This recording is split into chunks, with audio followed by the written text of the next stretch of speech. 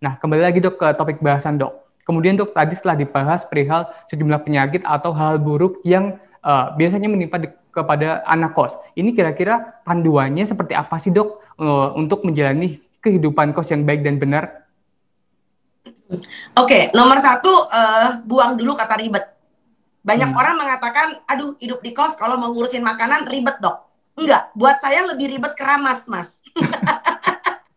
Keramas lebih ribet, terutama kalau rambutmu panjang. Ya kebayang udah masuk kamar mandi, aduh shampoo ketinggalan. Aduh, jadi mesti keluar lagi. Tinggi. Udah gitu kalau orang keramas keringnya lama, walaupun kita pakai hair dryer. Jadi membiasakan bahwa Anda mempunyai kebiasaan untuk nurturing yourself. Anda bagaimana Anda ngidupin badan Anda dengan cara yang baik, itu sangat mudah. Nomor satu, jangan lewatkan sarapan. Sarapan itu penting. Nah, tuh kan langsung keluar tuh infografisnya. Sarapan itu nggak boleh ditinggal. Kamu tahu karena apa? Kalau orang sarapan dan sarapannya bener, ya bukan Havermut ya, bukan mie instan ya, bukan bubur ayam, itu sarapan posyandu.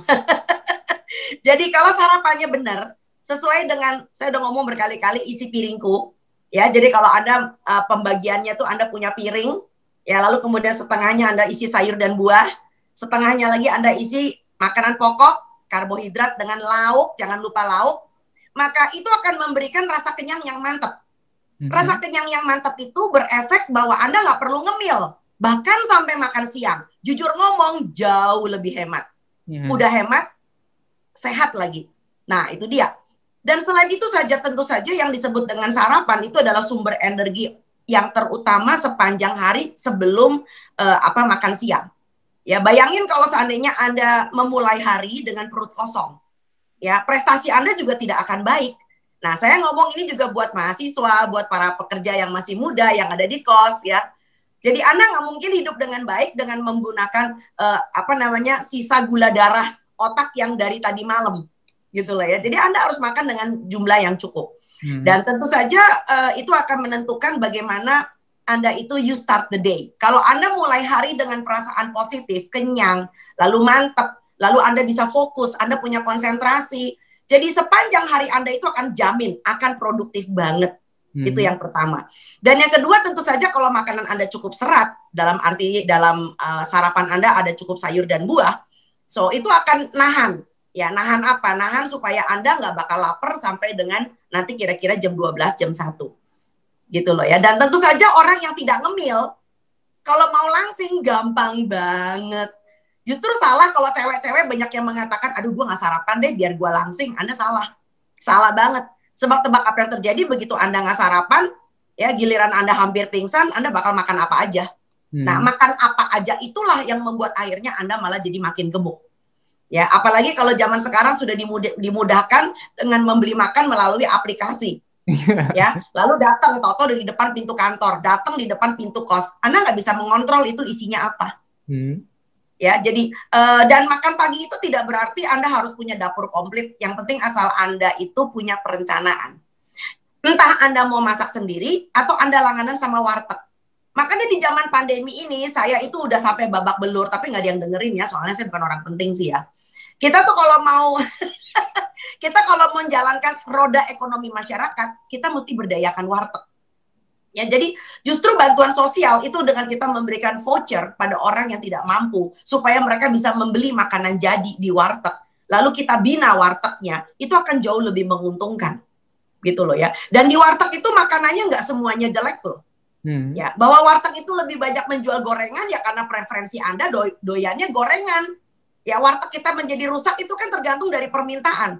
Kalau permintaannya lebih banyak seperti itu ya dia akan menjual makanan rusak. Tapi kalau di tempat Anda tinggal, lalu kemudian Anda sudah mulai mengatakan, Mbak Yu, nanti kalau jualan selalu ada timun, ada tomat, gitu loh ya, ada oseng kacang. Nah, dia pasti akan menyediakan itu karena pasti ada pembelinya. Ya. Atau apalagi kalau disebut Mbak Yu, nanti kalau jualan ikannya jangan digoreng. Sayang omega 3-nya jadi trans fat. Nah, mahasiswa itu ada yang tahu nggak? Anda doyan ikan, saya setuju banget, keren Indonesia. Tetapi begitu ikannya digoreng, aduh ini fatal. Karena omega 3 yang ada di dalam ikan berubah menjadi trans fat. Jadi barangkali bilang sama si Mbak Yu wartegnya, Mbok ikannya dipepes. atau gawe ikan bakar. Nah, supaya bakarnya juga bermanfaat, tidak langsung di atas arang. Suruh dia bungkus dengan daun, lalu kemudian dibakar. Kabar baiknya adalah bisa dimakan dengan ada bumbunya di dalam. Jadi mudah banget, ya. Lalu daripada beli gorengan-gorengan dan kerupuk, coba Anda beli soto. Nah, tapi bilang sama dia, mbok sotonya soto ayam, ya. Jangan ngambil kulitnya, kesian banget sih, ya. Ambil dagingnya. Seperti itu, Mas, kurang lebih. Jadi, yuk kita mulai dengan sarapan dulu deh. Insya Allah kalau sarapan Anda sudah bisa terjamin dengan baik dan Anda bisa ngerasain manfaatnya, nanti akan Anda bergulir dengan, kalau begitu makan siangku apa ya? Nah mungkin makan siangnya Anda bisa titip juga sama Mbak Yuwarta. Mbak, tolong masukin ke saya punya wadah bekal. Tolong masukin yo, ada lalap, ada oseng buncis, tolong tambahin ikan, lalu tambahin telur. Nah, nasinya bisa dari rice cooker sendiri, kan hemat pangkal pelit. Nanti makan malam juga sama, setelah pulang kantor atau memang kita butuh keluar karena kita perlu beli makanan, bilang sama Mbak Wartegnya itu. Jadi mudah sekali sebetulnya. Nah, yang menjadi problem adalah Indonesia ini karena kita nggak mau berubah, kita ingin kembali seperti dulu. Itu, Mas. Terima kasih sudah nonton. Jangan lupa like, subscribe, dan share ya.